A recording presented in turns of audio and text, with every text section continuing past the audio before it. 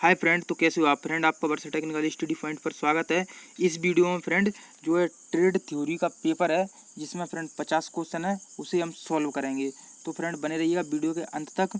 और friend video को शुरू करने से पहले आपसे एक छोटी सी रिक्वेस्ट, अगर आपने चैनल को सब्सक्राइब नहीं किया तो चैनल को सब्सक्राइब कीजिए, साथ में बेल आइकन को दबा दीजिएगा, जिससे कि हम कोई वीडियो डालें तो सबसे पहले नोटिफिकेशन आप तक पहुँचे। और फ्रेंड वीडियो को लाइक कर दीजिएगा। तो फ्रेंड सबसे पहला जो क्वेश्चन है इसका तो ये है, डायरेक्ट ऑनलाइन लाइन यानी ड्यूअल स्टार्टर होता है वो बड़ी डीसी मोटरों को चलाने के लिए उपयुक्त नहीं है, क्यों बताइए। संभव है, पहला ऑप्शन है संभव है कि मोटर अलग चलना शुरू कर दे, शुरुआत में बल कम हो जाता है, संभव है कि मोटर शुरू ना हो, शुरुआत का करंट बहुत ज़्यादा होगा। तो बताइए कौन सा ऑप्शन सही होगा। तो फ्रेंड अगर आप इसका जो है डी ऑप्शन लगा रहे हैं तो बिल्कुल सही लगा रहे हैं, जो है शुरुआत का करंट बहुत ज़्यादा होगा। तो फ्रेंड नेक्स्ट दूसरा क्वेश्चन है, डीसी मोटर के परिक्रमण की दिशा हम कैसे पता लगा सकते हैं, बताइए। एम्पियर लॉ से, फ्लेमिंग लेफ्ट हैंड रूल से, या फ्लेमिंग राइट हैंड रूल से, और चौथा ऑप्शन है लेंज लॉ से। तो कौन सा ऑप्शन सही होगा। तो फ्रेंड अगर आप इसका जो है बी ऑप्शन लगा रहे हैं तो बिल्कुल सही लगा रहे हैं। डीसी मोटर की जो घूर्णन की दिशा होती है उसे हम फ्लेमिंग के लेफ्ट हैंड रूल्स से, यानी कि जो हमारा बाएं हाथ का नियम होता है उससे हम पता लगा सकते हैं। तो नेक्स्ट तीसरा क्वेश्चन है, यदि डीसी मोटर का आर्मेचर घूमता है तो ईएमएफ कैसे प्रभावित होता है, बताइए। स्वयं प्रभावित होता है या बैक ईएमएफ के द्वारा होता है। तो कौन सा ऑप्शन सही हो जाएगा। तो फ्रेंड अगर आप इसका जो है बी ऑप्शन लगा रहे हैं तो बिल्कुल सही लगा रहे हैं, ये बी के बैक ईएमएफ के कारण प्रभावित होता है। नेक्स्ट चौथा क्वेश्चन है, डीसी मशीन का कार्य महत्व कब होता है, बताइए। लोहे का घाटा जब मैकेनिकल घाटे के समान हो, या बी ऑप्शन है परिवर्तनीय घाटा यदि स्थिरांक घाटे के जितना हो, और सी ऑप्शन है स्थिरांक घाटा यदि फील्ड कॉपर घाटे के जितना हो, और डी ऑप्शन है अवांछित घाटा यदि लंबे के घाटे जितना हो। तो कौन सा ऑप्शन सही होगा, तो बताइए। तो फ्रेंड ये चौथा क्वेश्चन है, और चौथे क्वेश्चन का जो है अगर आप बी ऑप्शन लगा रहे हैं तो बिल्कुल सही लगा रहे हैं। परिवर्तनीय घाटा यदि स्थिरांक घाटे के बराबर हो, यानी जितना हो, तब क्या होगा, इसकी जो कार्य क्षमता कैसी होगी, महत्तम होगी। ध्यान रखना, कब, जब परिवर्तनीय घाटा स्थिरांक घाटे यानी स्थिर घाटे के बराबर हो। तो नेक्स्ट तुम्हारा है पांचवा क्वेश्चन है, शुरू के लिए यदि शुरुआत में बड़ी डीसी मोटरों का प्रयोग ना किया जाए तो ऐसा करंट खींचा जाएगा जो संभवतः कम्यूटेटर और आर्मेचर को नुकसान कर सकता है, फुल लोड करंट से भी कई गुना ज़्यादा होगा, और सी ऑप्शन है लाइन पर अत्यधिक वोल्टेज ड्रॉप का प्रबंध होगा, और डी ऑप्शन है फ्रेंड ये सभी। तो कौन सा ऑप्शन सही होगा, बताइए।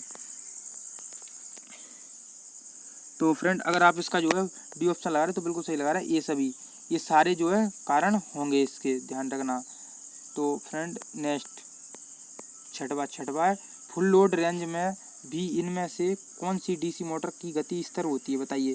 सीरीज की, शंट की, कंपाउंड की, इनमें से कोई नहीं। तो कौन सा ऑप्शन सही होगा। तो फ्रेंड अगर आप इसका जो है बी ऑप्शन लगा रहे हैं तो बिल्कुल सही लगा रहे हैं। जो शंट मोटर होती है, डीसी शंट मोटर, उसकी फुल लोड रेंज पर भी कैसी स्पीड रहती है, स्थिर रहती है। तो नेक्स्ट सातवां क्वेश्चन है, ट्रांसफार्मर का प्रयोग क्यों किया जाता है, बताइए।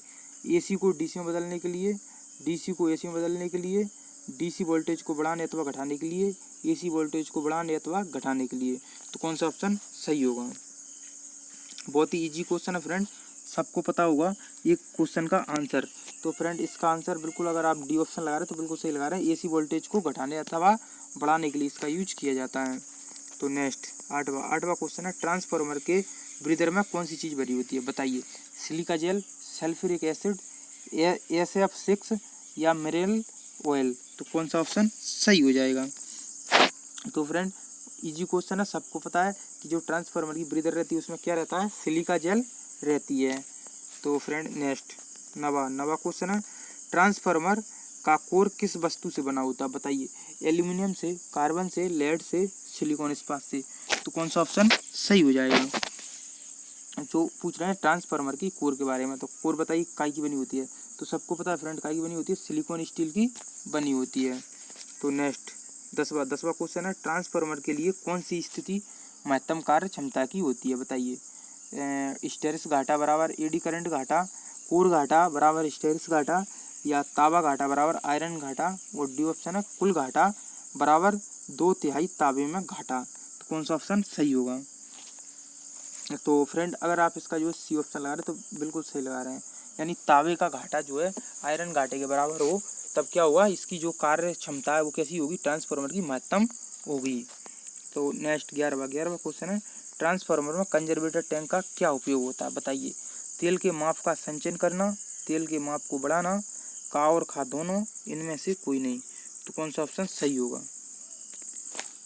तो फ्रेंड अगर आप इसका सी ऑप्शन लगा रहे हैं तो बिल्कुल सही लगा रहे हैं। तेल के माप का संचालन करना और तेल के माप को बढ़ाना, ये दोनों ही कार्य होते हैं काहे के, कंजर्वेटर के। तो फ्रेंड नेक्स्ट 12वां क्वेश्चन है, इनमें से क्या है जो ट्रांसफार्मर में नहीं बदलता? बताइए। करंट, वोल्टेज, फ्रीक्वेंसी, इनमें से सभी। तो कौन सा ऑप्शन सही होगा? तो फ्रेंड अगर आप इसका जो है सी ऑप्शन लगा रहे हैं तो बिल्कुल सही लगा रहे हैं। ट्रांसफार्मर में क्या होता है, फ्रीक्वेंसी नहीं बदलती। हमेशा ध्यान रखना, करंट बदल जाता है, वोल्टेज बदल जाता है, लेकिन फ्रीक्वेंसी नहीं बदलती ट्रांसफार्मर में। पावर और फ्रीक्वेंसी क्या है, ये दोनों नहीं बदलती हैं। कौन कौन? पावर और फ्रीक्वेंसी, लेकिन करंट और वोल्टेज बदल जाते हैं। तो नेक्स्ट 13वां क्वेश्चन है, पावर ट्रांसफार्मर को ठंडा करने का एक आम तरीका बताइए क्या? Natural air cooling, air blast cooling, oil cooling, इनमें से कोई भी। तो कौन सा ऑप्शन सही होगा? बताइए। इजी क्वेश्चन है friend, very very important question है। तो इसका ऑप्शन अगर आप सी लगा रहे हैं तो बिल्कुल सही लगा रहे हैं, ऑयल कूलिंग। सबसे प्रचलित और सबसे आम जो हमारी ट्रांसफार्मर को ठंडा करने की विधि है या तरीका, वो कौन सा है? Oil cooling transformer. इस हमारे जो घरों पर रखे होते हैं ये कैसे होते हैं? ऑयल कूलिंग वाले ही होते हैं। नेक्स्ट 14वां क्वेश्चन है, ट्रांसफार्मर में कंजर्वेटर का क्या कार्य है? बताइए। कंजर्वेटर क्या करता है? उसे आंतरिक दोष से बचाने का कार्य करता है, तांबे और कोर दोनों के घाटे को कम करने का कार्य करता है, ट्रांसफार्मर के तेल को ठंडा करने का कार्य करता है, और फ्रेंड डी ऑप्शन है, ट्रांसफार्मर के तेल के विस्तारण और संकुचन का ध्यान रखता है क्योंकि वातावरण में तापमान बदलता रहता है। तो कौन सा ऑप्शन सही होगा? बताइए। तो फ्रेंड अगर आप इसका डी ऑप्शन लगा रहे हैं तो बिल्कुल सही लगा रहे हैं। ट्रांसफार्मर के तेल के विस्तारण और संकुचन का ध्यान रखता है क्योंकि वातावरण में तापमान बदलता रहता है। ध्यान रखना, ट्रांसफार्मर का में जो कंजर्वेटर होता है उसका यही कार्य होता है। तो नेक्स्ट 15वां क्वेश्चन है, बकलोज रिले किस पर सावधानियां और सुरक्षा प्रदान करती है? बताइए। ट्रांसफार्मर के अंदर इलेक्ट्रिकल डिफॉल्ट। तो फ्रेंड इसका एक ही ऑप्शन है, तो इसका सीधा सीधा है आंसर यही है, ट्रांसफार्मर के अंदर इलेक्ट्रिकल डिफॉल्ट पर निर्भर करती है, सॉरी फ्रेंड प्रदान करती है सुरक्षा। कैसे? जो ट्रांसफार्मर में लॉस होते हैं उनसे, जो ट्रांसफार्मर में फॉल्ट होते हैं, दोष होते हैं, उनसे जो है सुरक्षा प्रदान करती है। कौन? बकलोज रिले। तो नेक्स्ट 16वां क्वेश्चन है, ट्रांसफार्मर में ब्रीदर का क्या कार्य? बताइए। क्या करता है ब्रीदर? रिड्यूज लोड के अंदर ऑक्सीजन का प्रबंध ना करना, रिड्यूज लोड के समय तेल को ठंडा करने के लिए, ट्रांसफार्मर के तेल को ठंडा करना, या डी ऑप्शन है, बाहर की हवा को अंदर जाते समय नमी को ट्रांसफार्मर के अंदर जाने से रोकना। तो कौन सा ऑप्शन सही होगा? बताइए। ये पूछ रहे हैं ब्रीदर का कार्य, ब्रीदर का क्या कार्य होता है? तो फ्रेंड अगर आप इसका जो है इसका डी ऑप्शन लगा रहे हैं तो बिल्कुल सही लगा रहे हैं, बाहर की हवा के अंदर आते समय नमी को ट्रांसफार्मर के अंदर आने से रोकता है। कौन? ब्रीदर। तो नेक्स्ट 17वां क्वेश्चन है, ट्रांसफार्मर के प्राथमिक पक्ष की यदि 20 टर्न है और उसका वोल्टेज अनुपात 220-110 वोल्ट हो तब सेकेंडरी के टर्न होंगे। बताइए। 110, 220, 10 या 20, कौन सा ऑप्शन सही होगा? तो फ्रेंड अगर आप इसका जो है सी ऑप्शन लगा रहे हैं तो बिल्कुल सही लगा रहे हैं। कितने टर्न होंगे सेकेंडरी में? 10 टर्न होंगे। अब फ्रेंड कैसे होंगे? इसका फॉर्मूला होता है फ्रेंड V1/V2 बराबर N1/N2, और फ्रेंड इस पर आप मान रखोगे तो सीधा सीधा कितना, 220/110 और बराबर में आ जाएगा 20 टर्न बटे में N2। इस प्रकार से फ्रेंड इसको ऐसे काट देंगे तो यहाँ आ जाएगा 2, और 2 का इधर पक्षांतर करेंगे तो फ्रेंड क्या होगा, 20 के बटे में आ जाएगा 2 और N2 बराबर, और जब 2 का भाग हम 20 में देंगे तो कितना आएगा? 10 आएगा। तो फ्रेंड इसका इस प्रकार से आंसर आ जाएगा। नेक्स्ट 18वां क्वेश्चन है, ट्रांसफार्मर वोल्टेज नियंत्रण को किस प्रकार दर्शाया जाता है? बताइए। E2 माइनस V2 और बटे में V2। बी ऑप्शन है E2 माइनस V2 बटे में E2 और सी ऑप्शन है V2 माइनस E2 बटे में V2 और डी ऑप्शन है V2 माइनस E2 बटे में E2। तो कौन सा ऑप्शन सही हो जाएगा बताइए। 18वें क्वेश्चन का थोड़ा उलझा हुआ क्वेश्चन है, समझ के आंसर बताना। तो फ्रेंड अगर आप इसका जो है बी ऑप्शन लगा रहे हैं तो बिल्कुल सही लगा रहे हैं। इसका जो है ट्रांसफार्मर का वोल्टेज नियंत्रण दर्शाया जाता है, वो दर्शाया जाता है E2 माइनस V2 बटे में E2, इससे दर्शाया जाता है, ध्यान रखना।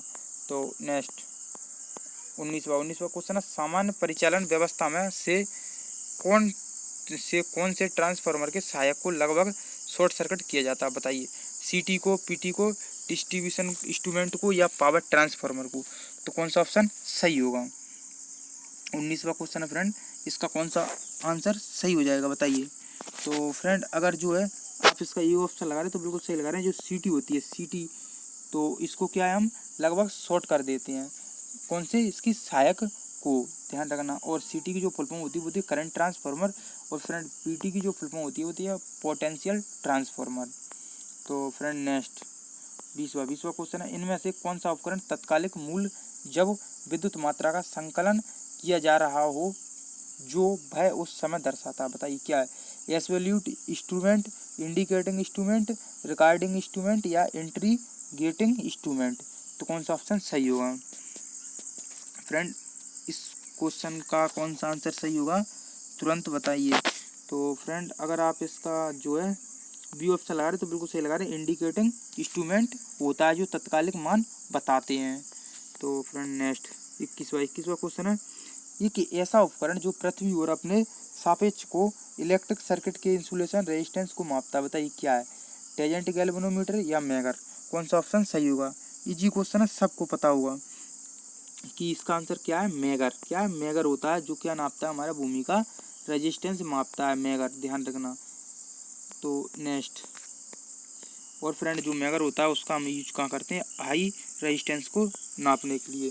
तो नेक्स्ट क्वेश्चन है फ्रेंड और 22वां क्वेश्चन है, मूविंग आयरन का प्रयोग किस रूम में किया जाता है बताइए। केवल एसी के लिए, केवल डीसी के लिए, केवल डीसी और एसी दोनों के लिए, इनमें से कोई नहीं।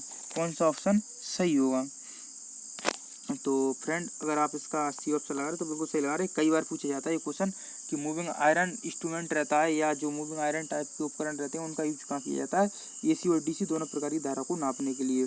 और मूविंग कॉइल यंत्र जो रहते हैं उनका यूज किया जाता है काय के लिए, केवल जो है सॉरी फ्रेंड केवल डीसी को मापने के लिए।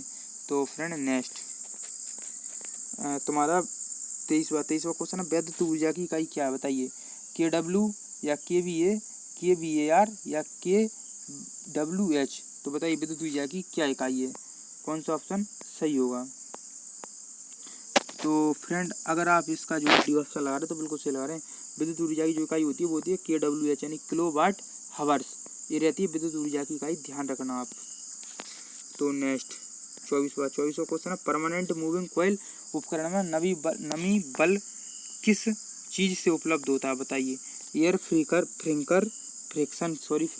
फ्रिक्शन, एडी करंट, ब्लूड फ्रिक्शन, का और खा अथवा गा। बताइए ये ऑप्शन है तुम्हारे सामने, तो कौन सा ऑप्शन सही होगा।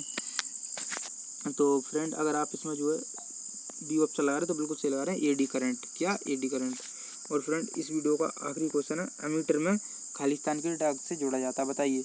अमीटर जो है सर्किट में किस डग से जोड़ा जाता है, सीरीज में, समांतर में, सीरीज या फिर समांतर में, और डी ऑप्शन है इनमें से कोई नहीं। तो कौन सा ऑप्शन सही हो जाएगा बताइए।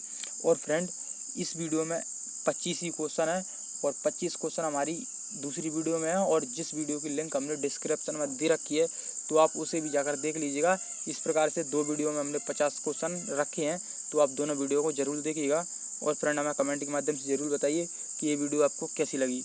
और फ्रेंड इसका जो आंसर है, अमीटर जो है सर्किट में हमेशा कैसे जोड़ा जाता है, सीरीज में जोड़ा जाता है, ध्यान रखना। कैसे जोड़ा जाता है, अमीटर सीरीज में जोड़ा जाता है। तो फ्रेंड ध्यान रखना इसके बारे में। फिर मिलते हैं फ्रेंड कोई नई वीडियो में, जब तक के लिए नमस्कार।